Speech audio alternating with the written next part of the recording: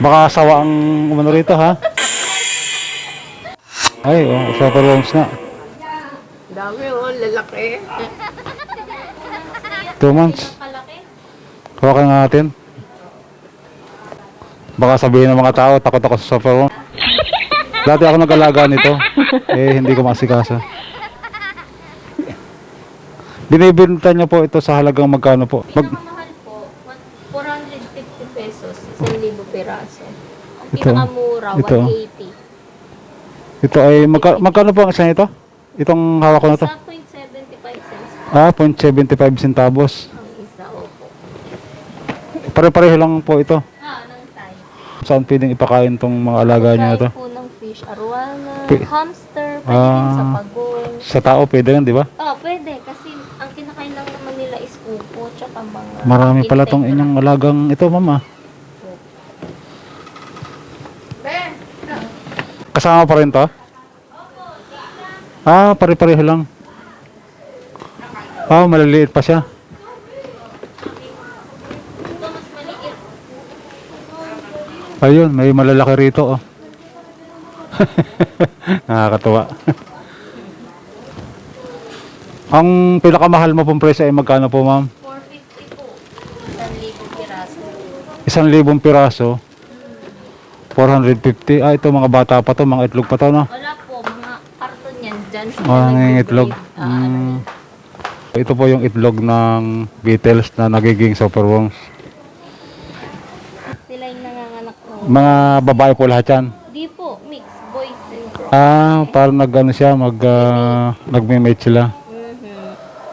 Mhm. Ilan po yung ano nyo, yung inahin, pinakang breeder Kaya nyo? naman, Breeder nyo. ito, lilimang ganito na lang. Pero dati 10 yan. Ano po ito, ma'am?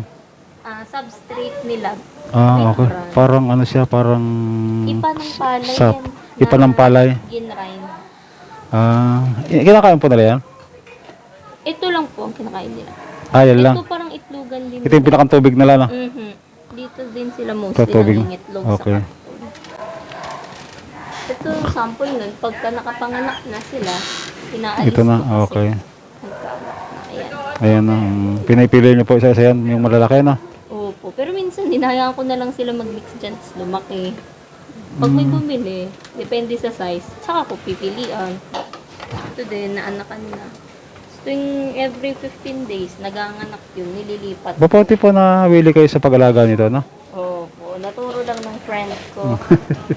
3 years na ako nagkaganito. Ito yung source of sideline nyo, ma'am. Opo, aside sa work. Anong tatrabaho po kaya? Opo.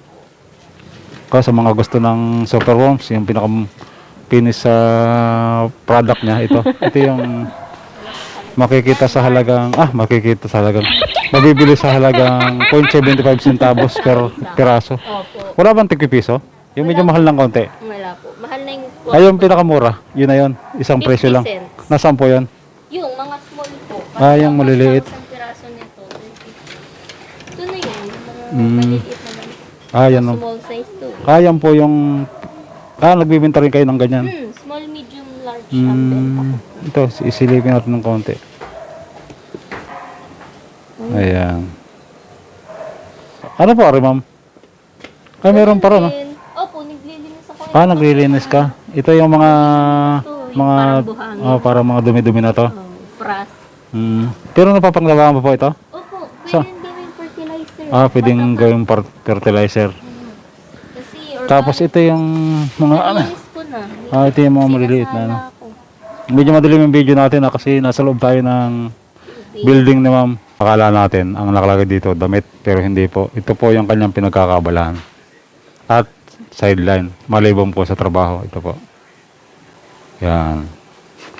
Napakaraming superworms. So sa mga gusto pong makabili ng superworms na pwede nilang ipakain sa kanilang mga inalagaan tulad po ng crayfish ay pwede nyo pong kontakin si ma'am dito sa kanyang FPP. FB page. Worm body. Ito po, Worm Bodies. Itatype lang po yung Worm Bodies. Opo. Ang kanyang cellphone number ay 0921230090. check ni ma'am yung aking YouTube channel. Biyahirong Ligaw Adventure. Subscribe tayo. iba kasi pag naliligaw kung saan saan nakakarating.